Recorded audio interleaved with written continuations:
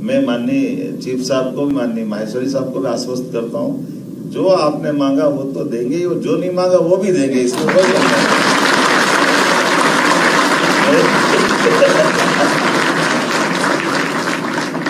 हमारे लिए परमात्मा की दया से, जैसे आपने कह ही दिया कि मैं तो आता ही उज्जैन से हूँ, और उज्जैन की ये गौरवशाली परंपरा है, विक्रमादित्य काल की है, और विक्रमादित्य काल की परंपराओं की एक विशेषता है।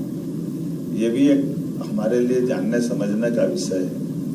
कई बार कई सारी चीजों की हमको भी एक तरह से जानकारी भी होना चाहिए। उन जानकारियों में विक्रमादित्य ने विदेशियों को अपने देश से खदेड़ा, वहां तक तो ठीक था, लेकिन फिर सुशासन की स्थापना की, और उस सुशासन की स्थापना में कई सारी चीजों का समावेश किया। उन समावेश करने वाली व्यवस्थाओं के बलबूते पर अपने न्याय तंत्र को भी सर्वाधिक ताकत देने का काम किया। इसलिए ऐसा कहा जाता है कि विक्रमादित्य का न्याय तो उनके सिंहासन में उतर गया, उनके बाद में भी जो भी बैठेगा वो न्याय करेगा। इसलिए 32 पुतली की कहानी और कई सारी बातें जोड़ी गई, और उन सारी बातों से आज भी उस चीज को एहसास करते कराते कई सारी घटना, कई सारी बातों को दोहरा सकते हैं। लेकिन मैं मान के चलता हूँ आज का समय प्रशिक्षण का है। शिक्षण तो आपने अपने कॉलेज से लिया होगा, और शिक्षण के बाद असली में प्रशिक्षण